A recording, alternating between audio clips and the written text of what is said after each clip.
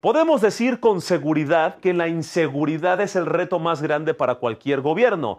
Y dice la presidenta Claudia Sheinbaum que ella tiene un plan para enfrentarla. Este plan involucraría correr a un personaje que tiene en Guanajuato más tiempo que las momias. También entrevistaremos a Manlio Fabio Beltrones, senador del PRI, que últimamente ha estado criticando mucho al PRI. ¿Será que le está gustando la ropa de color guinda?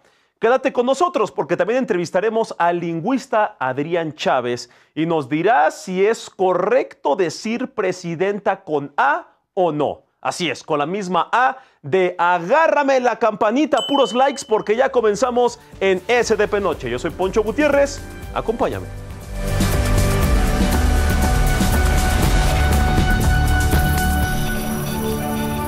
México es como un puberto ligando por primera vez. Le falta mucha seguridad. Claudia Sheinbaum presentó este martes la estrategia de seguridad que implementará durante su sexenio y aprovechó la ocasión para lanzar unas descalabradas e indirectas a los gobiernos panistas de Guanajuato, la entidad con el mayor número de desvivisiones dolosas. La mandataria morenista no se animó a dar una promesa exacta sobre el éxito de sus políticas. ¿Y saben qué? ¡Qué bueno! Porque todos recordamos cómo le fue a AMLO por prometer que a los 3 años de su gobierno bajarían a la mitad los crímenes por desvivisiones, y ya sabemos que, a pesar de reducir las desvivisiones en un 20%, pues nunca pudo cumplir con la meta, con la promesa del 50%. Pero lo que sí afirmó Claudia es que su estrategia está bien planteada, bien planeada, y que, lo más importante para muchos seguidores obradoristas, le da seguimiento a la estrategia de AMLO y dice que no la va a cambiar en los 6 años de su gobierno. Y eso sí, prometió que los delitos de alto impacto seguirán como la taquilla del Joker 2, o sea, bien a la baja. Acompañada por los secretarios de Seguridad, los de Marina y de la Defensa, la presidenta dijo que su estrategia se va a basar en 4 ejes. Atención a las causas de la inseguridad, consolidación de la Guardia Nacional, fortalecimiento de inteligencia e investigación y coordinación con entidades federativas. Para explicar el primer eje, el secretario de Seguridad y crush de las morenistas chilangas, Omar García Harfuch, señaló que la prioridad de la actual administración será atender a las familias más vulnerables. ¿Para qué? Pues para garantizar que los jóvenes tengan acceso a una mejor calidad de vida, lo que los mantendrá bien alejados de las malas influencias, de esas que se las pasan dando toques sin ser electricistas. Por su parte, la presidenta señaló que entregar el mando de la Guardia Militar a las Fuerzas Armadas fue una buena medida de AMLO, subrayando que la acción no significa una militarización de la vida pública de México, sino que simplemente significaría aprovechar las capacidades de la Sedena, en especial en su sistema educativo y en la formación de soldaditos. Asimismo, la presidenta resaltó que no volverá la llamada guerra contra el narco que declaró Felipe Calderón hace ya casi 20 nostálgicos años, y que ahora las fuerzas federales van a centrar sus tareas en prevención, en inteligencia y en presencia en los lugares con mayores índices delictivos y cohetes por las noches. Y hablando de cohetes, ¿qué pasa en Guanajuato? ¿Hay tiro entre Sheinbaum y la gobernadora Livia Denis? Pues la presidenta Claudia aprovechó el tema para lanzar una muy fuerte crítica a Guanajuato. Y no precisamente por ponerle salchicha al pozole, y no sé si aquí me alburió el de los guiones, esperemos que no, sino porque aseguró que la violencia en este estado es resultado directo de las políticas económicas que han implementado por décadas quienes, los gobiernos panistas, fomentando las desigualdades. Evidentemente hay un modelo que fracasó, dijo la presidenta Claudia.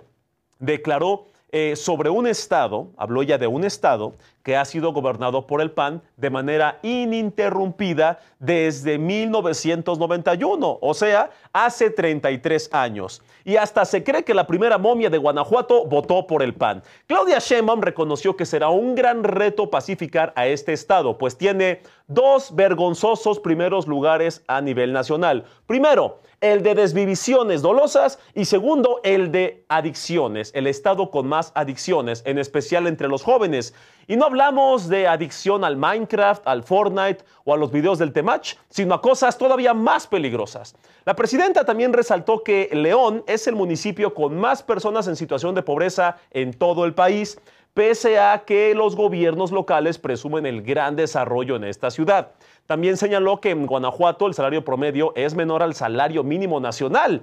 Y algo me dice que el equipo de turismo de Guanajuato ahorita lo traen en friega. Este último dato es muy escandaloso, pero es real. Me refiero a lo del salario mínimo, porque en uno de los estados donde se dice que hay más prosperidad, los patrones pagan a sus empleados por debajo de lo que manda la ley.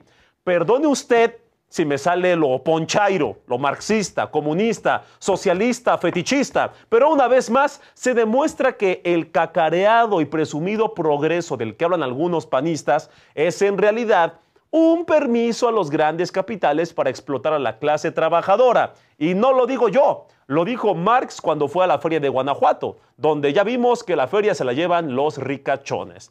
En fin, dicen por ahí que en la política nunca hay coincidencia y este parece ser el caso porque el raspón de Claudia al estado de Guanajuato llega unas horas después de que se diera a conocer que el gobernador saliente, Diego Sinué, presentó días antes de dejar el cargo una controversia constitucional en contra de, ¿qué creen ustedes? Claro, de la reforma judicial. O sea, antes de irse, pues dejó un papel para que constara que él no apoya esa reforma. El tema llegó a la mañanera de hoy y la presidenta se pronunció al respecto, minimizando la acción de este amigo y recordando que la reforma, háganlo como quieran, ya está publicada, por lo que le dijo a los panistas que por mucho que se quejaran, no hay nada que pueda hacerse para revertirla. Y háganle como quieran, panzonas. Bueno, eso no lo dijo, pero seguramente lo pensó también. Por lo pronto, y pese a estas declaraciones que seguramente no cayeron nada bien en el estado guanajuatense de las momias y de las guacamayas, Claudia Sheinbaum anunció que va a buscar tener una relación estrecha con el gobierno de ese estado, que desde hace un par de semanas está en manos de Lidia Denise García Muñoz Ledo, o sea, le acomodó unas cachetadas y ahora quiere sobarle los cachetes. En este sentido, anunció que el secretario Harfuch, el nuevo superpolicía del gobierno federal y según Anabel Hernández, el exbrazo derecho del exbrazo derecho de García Luna, visitará Guanajuato para entrevistarse con la gobernadora y para establecer medidas que puedan bajarle vuelo a la delincuencia de allá. Por su parte, la nueva gobernadora también ha dado muestras de que quiere hacer las cosas diferentes y distintas a su antecesor, a Diego Sinué. Por lo pronto, ya cumplió con una de sus promesas de campaña y pidió la renuncia del fiscal Carlos Zamarripa, quien había llegado al cargo desde el 2009 y que tenía un hueso hasta el 2028. Sí, ese mismo fiscal de Guanajuato que AMLO criticó fuertemente durante 6 años y con quien se dio más agarrones que los que ha visto el Callejón del Beso. Si bien el fiscal es autónomo, el hecho de que la nueva gobernadora le retirara el voto de confianza y le volteara la jeta fue suficiente para que Zamarripa decidiera dejar por fin su cargo. Se abre la esperanza de que la nueva fiscalía trabaje de mejor manera con el gobierno estatal y de paso con el nuevo gobierno federal. Esperemos que así sea, por el bien de la población de Guanajuato, que a pesar de que lleva décadas votando por el PAN, nadie fue, es o será tan miserable para decirles que disfruten lo votado. Y de verdad, por el bien de la gente, le deseamos lo mejor a las autoridades panistas. ¿Será este el inicio del anhelado momento en que panistas y morenistas convivan en paz y trabajen de la mano para un México próspero y seguro? Pues yo lo veo más pelado que un chiste de Polo Polo, pero tengamos fe.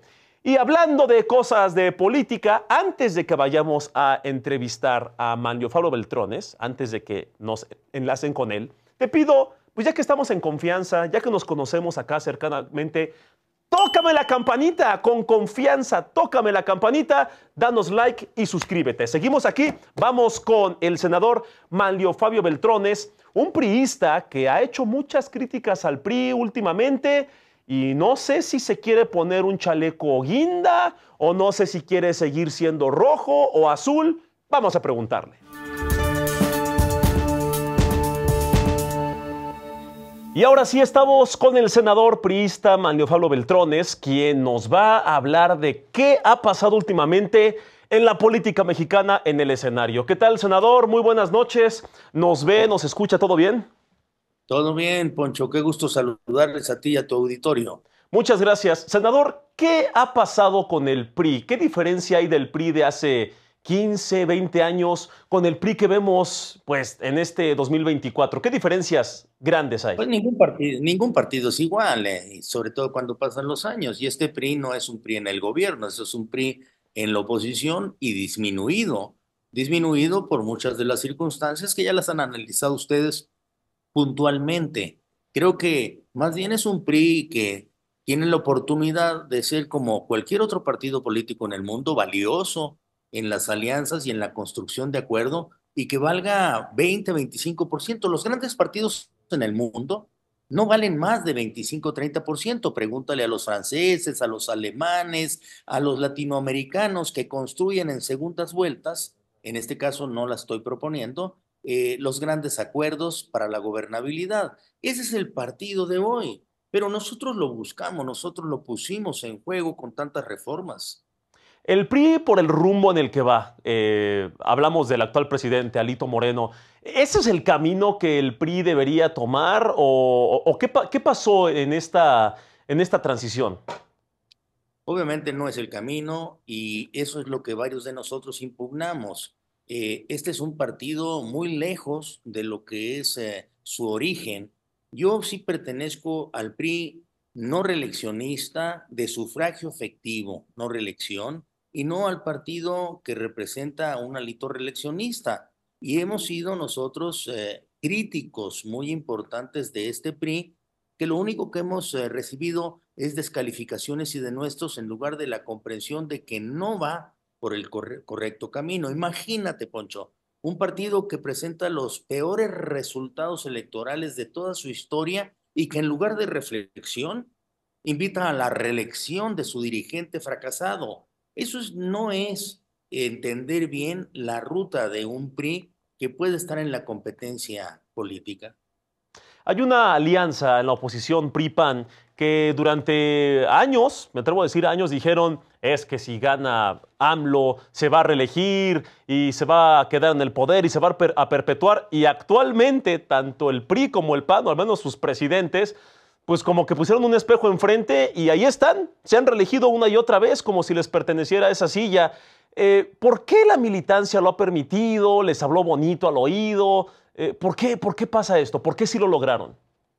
Hay mucha militancia que no está de acuerdo, Poncho, lo vas a admitir, entre ellas yo, y varios expresidentes del partido, exgobernadores, exsecretarios generales, que vimos cómo después o durante la pandemia se apoderó un grupo pequeño de un partido al que le modificó los estatutos que llega a tal punto de poner hasta la reelección y que nosotros impugnamos y que torciendo la legalidad, el Tribunal Electoral le concedió, no obstante que las modificaciones electorales de sus documentos básicos los hizo violando la ley de partidos políticos. Está claramente definido que no se pueden hacer cambios a los estatutos ni a las dirigencias durante o iniciado el proceso electoral. No obstante lo anterior, el tribunal en un contubernio, lo digo abiertamente, tres de ellos, le dio la reelección a Alito y hoy la tenemos que combatir de distinta manera. Por eso insistí yo en la mañana y ahorita contigo al inicio del programa.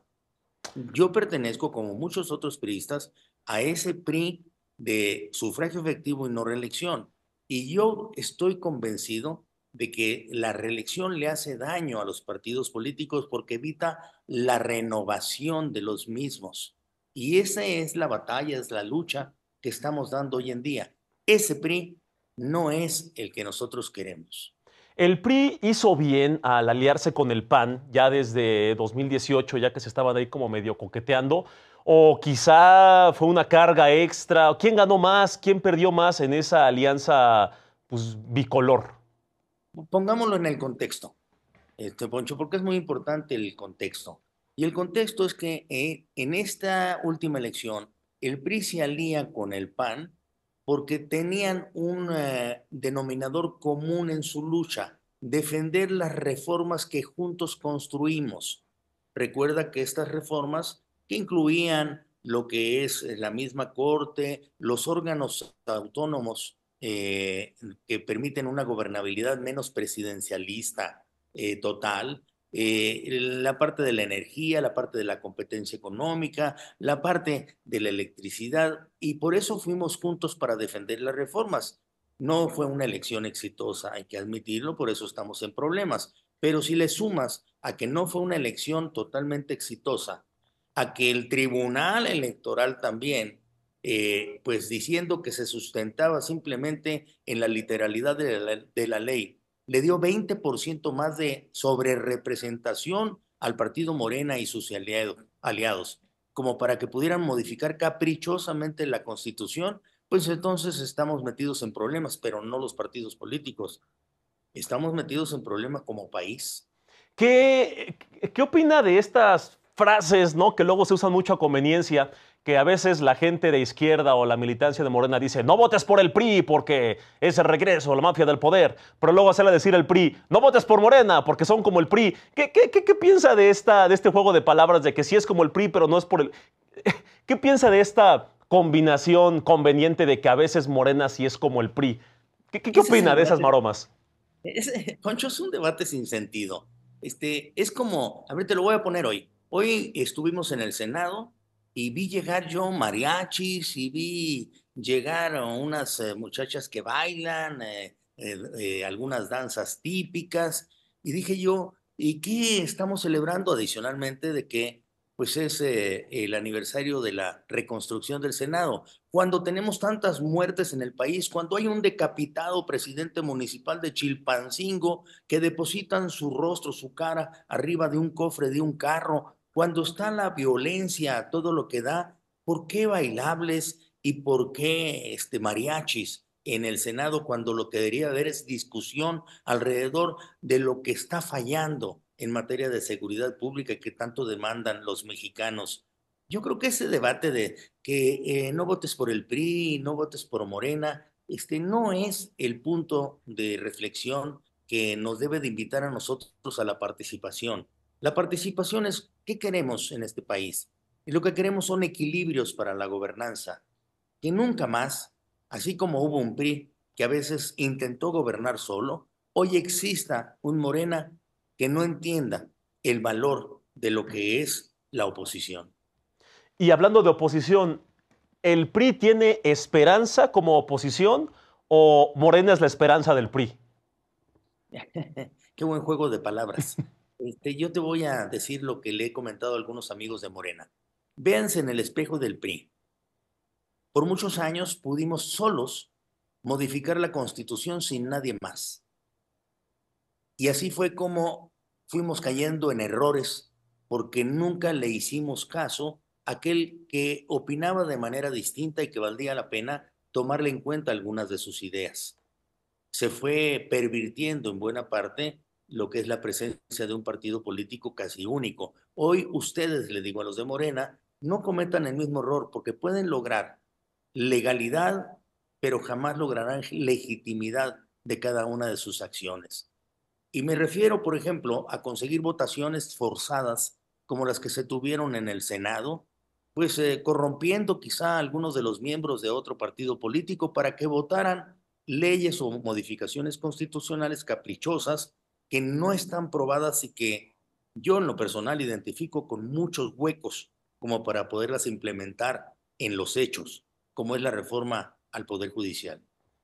Senador, y ya para despedirnos, no quiero hacerla yo de profeta, pero ¿qué, qué, vamos a ver en el futuro del senador Mario Fabio Beltrones?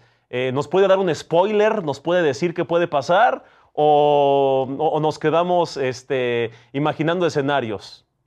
No, mira, lo que vas a ver es alguien que con enorme prudencia, pero también con firmeza, va a seguir manifestando lo que piensa, según su experiencia, que tenemos que aprovechar en esta gran oportunidad que tiene México. Por primera vez tenemos una presidenta de la República, mujer, que es una científica estudiosa y que estamos todos esperando ver si también es alguien que escucha las ideas de otros y que le invitan a construir con los demás cuestiones de consenso que permitan que las reformas transiten con mayor facilidad, que no se impongan, sino que en el convencimiento todas ellas surjan como una nueva realidad para México. a un senador que va a estar siempre atento de apoyar lo que pienso que le hace bien al país y a combatir todo aquello que le pueda hacer daño y que a veces hay una ceguera de taller en el partido gobernante en turno que no le permite ver.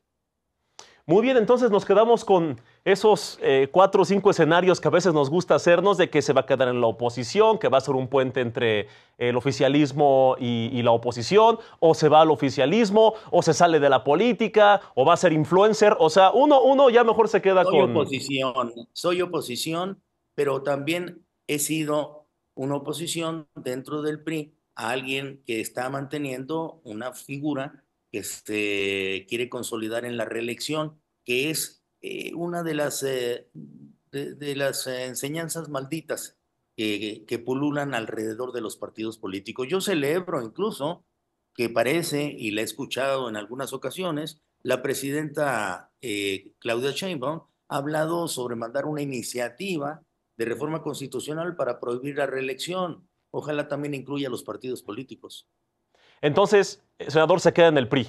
Claro que sí. Peleando con estas figuras dentro del No PRI. en el PRI de la reelección, no en el PRI que no admite el sufragio efectivo. Yo soy del PRI, me quedo en el PRI de la no reelección y del sufragio efectivo. Ahí está, senador, muchísimas gracias por estas palabras. Va a haber muchos comentarios, evidentemente, y vamos a estar dándole los links para que usted les dé like o le dé dislike. La idea es comentar, senador. Muchas gracias. Gracias a ustedes. Apoyemos lo mejor y combatamos lo peor. Muchas gracias. Pues amigos, muchas gracias. Amigos, esas son las palabras del senador Manlio Fabio Beltrones, quien pues, ha criticado fuertemente a Alito. Ahí está todo lo que nos comentó, dice no reelección, que ojalá que la presidenta Claudia, cuando habla de mandar reformas para prohibir reelecciones en todos los puestos de poder, dice el senador que ojalá que también eso incluya al PRI. Ya veremos qué pasa porque está muy bueno el chisme. Y hablando de chismes y de la presidenta Claudia, la presidenta con A, vamos a dar la bienvenida a un lingüista, un experto, Adrián Chávez. Adrián Chávez, ustedes ya lo conocen. Él ha hecho muchos videos hablando de que si lleva A o no. ¿Y qué creen? Sí lleva. Así que háblale a tu tío, el conservador que se enoja cuando le hablan de presidenta, estudianta y todo eso que le saca muchos corajes, la verdad. Adrián Chávez, aquí en SDP Noche. Háblale a tu tío que cuando dice presidenta con A, le sale roña con A. Adrián Chávez, lingüista, influencer, controversial. ¿Cómo estás? Muy bien, muy bien. Accidentalmente controversial. Yo nomás digo obviedades de la lingüística y la gente se enoja. Tú dices la verdad y la gente se enoja con la verdad. Así es. Adrián, hemos seguido tu trabajo. Tú sabes que, vaya, yo personalmente descubrí tus videos muy buenos cuando fue el tema de los libros de la SEP, que supuestamente, ustedes recuerdan, un canal rosa que decía, ¿sabías que los nuevos libros de la SEP enseñan a los niños a que decir dijiste es correcto e hiciste? Ahorita hablaremos de eso. Otros videos, pero el más reciente y de los más controversiales, y siempre es el mismo tema, sí, claro. Presidenta con A. No me crea usted a mí, amigo mío. Es más, no le crea a la presidenta. Créale a un lingüista. ¿Está bien dicho presidenta con A cuando ya existe la palabra presidente? Bueno, la pregunta de si está bien o mal dicho en sí misma es problemática, ¿no? Porque en la lengua, pues, es como con la ropa, ¿no? No está ni bien ni mal usar tenis, más bien, pues, depende del contexto, depende de muchas cosas. Y en el caso de presidenta, lo que sí sabemos es que el uso existe, ¿no? O sea, que el uso está ahí y que en todo caso no es que esté bien o mal, más bien definitivamente no está mal en ningún sentido. O sea, ¿por qué estaría mal, digamos? Que sí hay muchos argumentos, ¿no? Que suelen darse, pero casi todos es que la falaces. RAE dice, Adrián, exactamente. que sí. Sí. Por ejemplo, ¿qué dirías ahí? Bueno, en el caso de la RAE, de hecho, este es un caso atípico porque es un caso en el que se apela a la normativa, ¿no? Para decir está mal y tal, pero la normatividad misma, no la RAE misma, tiene la palabra en su diccionario desde 1803. Específicamente la terminación de la A en presidente, presidenta, existe desde 1803, o sea, desde hace ya un montón de siglos. El significado se ha modificado, pero la palabra ahí está. O sea, cuando tu tío dice... No es presidenta, porque presidente es correcto. Pregúntale a la RAE, pues pregúntale a la RAE, porque efectivamente, sí. Según la RAE, sí, claro. Es correcto. Sí, o sea, el argumento de la RAE es falaz en sí mismo, o sea, como porque lo dice la RAE, no explica el por qué, ¿no? Solo explica quién lo dice, Pero incluso en este caso, si apeláramos a la autoridad, incluso jugando en esa cancha, pues no es ociosa la pregunta porque las academias mismas tienen registro de la palabra desde hace muchos siglos.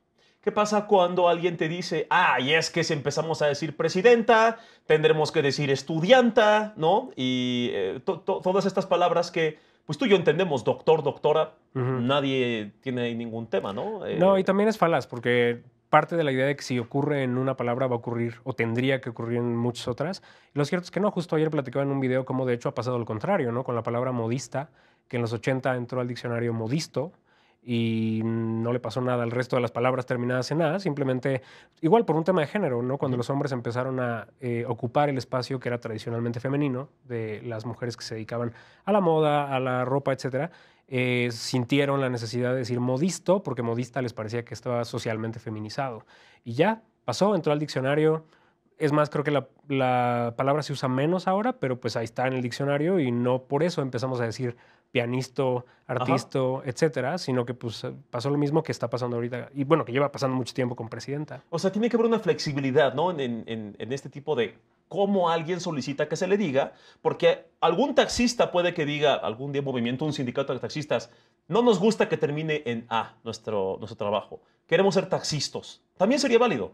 Pues sería válido en el sentido de que la lingüística, como no le dice a la gente qué debe o qué no debe decir, sino que observa lo que pasa, pues el día que que haya un grupo de hablantes que empiece a nombrarse taxista o artista o yo qué sé, pues los lingüistas van a decir, bueno, pues eso está pasando y pues hay que observar qué está pasando, ¿no? En el caso tanto de modisto como de presidenta, es muy evidente que hay una cuestión de género involucrada, ¿no? Que las y los hablantes están sintiendo la necesidad de modificar la palabra para acomodarla a su percepción de la sociedad, del lugar de la persona en la sociedad, etcétera.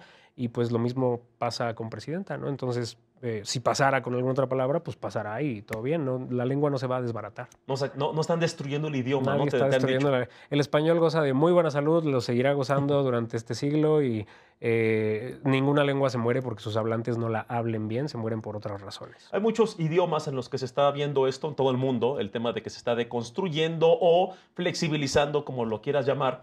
Pero, ¿qué pasa cuando hay gente que dice, es que si no se nombra no existe, ¿no? En este caso la presidenta lo ha dicho. Si no se nombra no existe. Si yo te digo presidenta y causo mucho escozor, pues será por algo, ¿no? Sí, creo que son dos cosas distintas. Yo, de hecho, nunca he estado como tan a favor de esta frase de lo que no se nombra no existe. Al menos entiendo el espíritu de la frase y lo acompaño incluso, ¿no? En términos de la intención social de la frase, pero lo cierto es que también, desde el punto de vista lingüístico al menos, toca con una cosa que se llama el determinismo lingüístico, que propone que la lengua determina nuestra realidad. Y eso es falso, no es cierto, pues. No, o sea, las cosas existen al margen de cómo las nombremos. Pero lo que sí es cierto es que nombrar una cosa, un concepto, un lo que sea, hace más fácil asir el concepto y visibilizarlo. Y en ese sentido, pues la gente que decide utilizar ciertas palabras o ciertas variantes o lo que sea, a propósito, como una especie de statement político, pues lo que están tratando de hacer es nombrar para visibilizar. Y en ese sentido, pues yo más bien diría aquello que se nombra es más fácil verlo, ¿no? Sobre todo si estaba socialmente invisibilizado. Entonces, en ese sentido, pues sí acompaño el espíritu de la frase, aunque yo la frasearía distinto. Mira, con esta pregunta me voy a echar a todos los conservadores encima, a todos los anti-wokes. Por primera vez. Por primera vez en los últimos 10 minutos, porque es muy frecuente eso. Esto yo lo he visto, no lo he reflexionado lo suficiente, pero he visto este argumento, que el español tiene cargas de género. No por el la, el, no, sino por el hecho de que tú ves a 10 alumnos, ¿no? Ya supones que son... O sea, no te deja claro, pero sabes que por lo menos hay niños, varones, sí, ¿no? Porque si fueran mujeres, dirías, tú ves a 10 alumnas, pues ya sabes que son 10 niñas.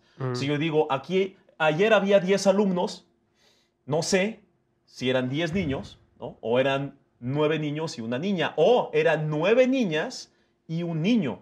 O sea, el elemento de un varón te cambia toda la palabra. Bueno, no toda la palabra, pero te puede cambiar el significado que viene de una letra. ¿Hay una carga que algún colectivo pueda decir el español es machista? ¿Podríamos Yo creo que no es tan simple.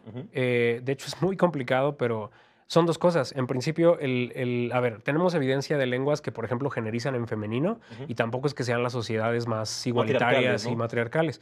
Entonces, no podemos decir que hay una correlación tan simple, ¿no? No es como que el español es machista nomás porque generizamos en masculino. Lo cierto es que en español tenemos el masculino genérico, que se llama en lingüística el género no marcado, y el femenino es el género marcado, el que marca la autoridad, ¿no? Y eso en sí mismo no necesariamente implica un machismo. De hecho, tiene que ver con la evolución del neutro del latín, que se parecía más al español en la terminación y se asimiló al español en la letra O.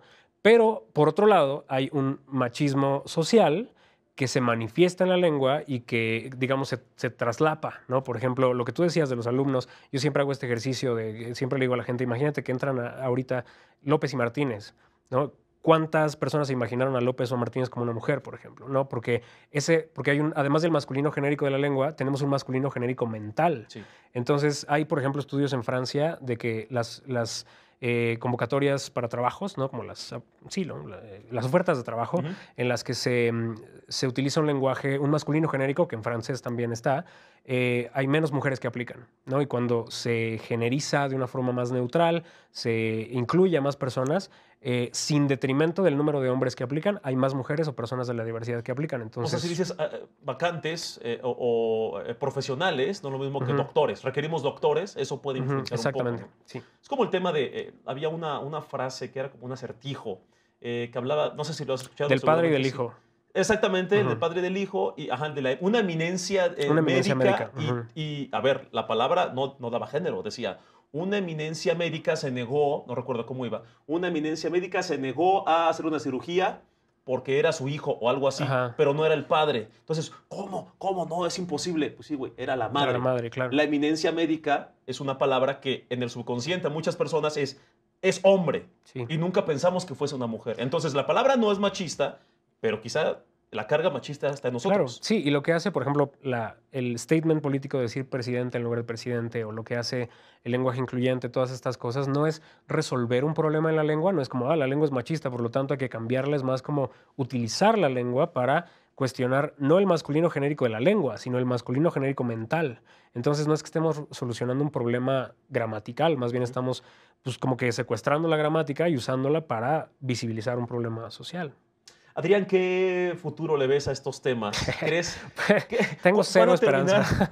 No, cero esperanza. No, o sea, lo digo específicamente por lo de presidenta, porque creo que es una cosa que se ha reciclado desde el siglo XIX. Creo que justo como, a pesar de que yo lo he hecho cada mes, ¿no? Cada mes salgo a decir como que no, que esto del participio activo, ¿no? Que dicen, ¿no? Porque presidentes son participios. Eso, en español no hay participios activos desde hace siglos. No, que el ente es porque es un ente que preside, que no, que lo que está pasando ahí es un NT y eso termina en e o en a o en o en todos lados, como en clienta, por ejemplo, que no viene de un verbo. Etcétera, etcétera, etcétera. He desmontado todos los argumentos al respecto. Y de todas maneras, cada semana me vuelven a etiquetar en un video al respecto. Así que tengo cero esperanza, pero pues aquí seguimos. Aquí hay un video más que tú puedes usar para, mira, güey, aventé 10 minutos con Poncho, ese menso me preguntó todo, le contesté todo, ya no estás fregando. Te damos permiso de que uses este clip para tu causa. Muy bien. Adrián, muchas gracias. Muchas gracias. Síganlo, no Chávez nada. @no Chávez nada. @no Chávez nada con Adrián. Muchos temas, no solo presidenta, sino de 1000 cosas más que le van a causar, como dijimos, roña con a tu tío, el más conservador. Así es. Muchas gracias. Amigos, recuerden que mañana vamos a estar aquí con Estefanía Veloz en SDP Mañana. Me despido, soy Poncho Gutiérrez, esto es SDP Noche y nos vemos. Gracias.